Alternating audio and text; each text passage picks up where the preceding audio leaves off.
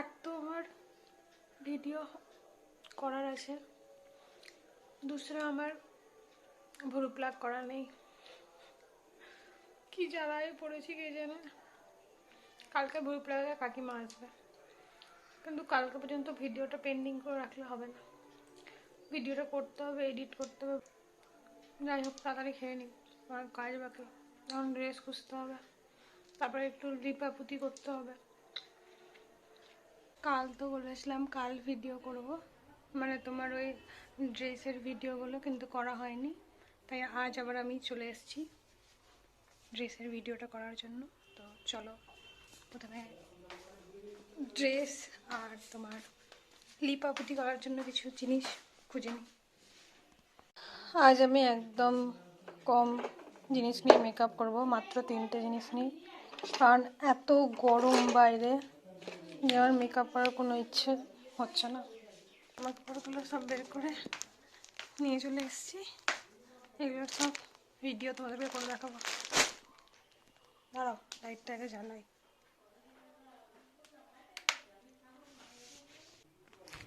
তোমরা সবাই কেমন আছো?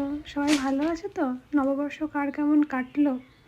তো দেখো, আমি এখানে সেই যে পোস্ট করেছিলাম আমার শপিং হলের ভিডিও, তার বিহাইন্ড দ্য ভিডিওতে আমি কী কী করেছিলাম সেটা পোস্ট করতে এসেছি আজ।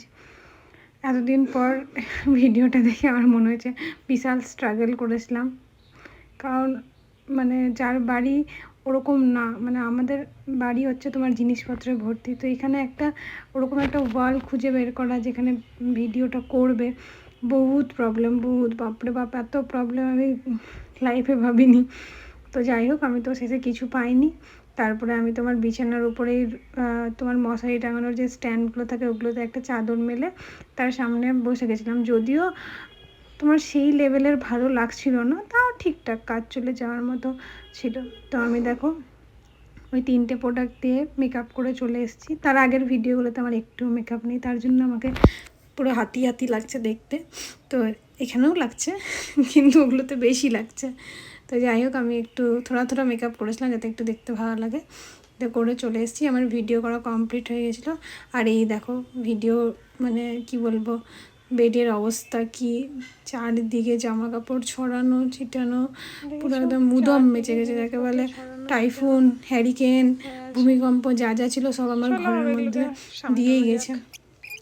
তো চলো ড্রেস চেঞ্জ করে আমি এগুলোকে গুছিয়ে নিই। তো এখানে দেখো এত গরম ছিল, আমি পাগল হয়ে যাচ্ছিলাম।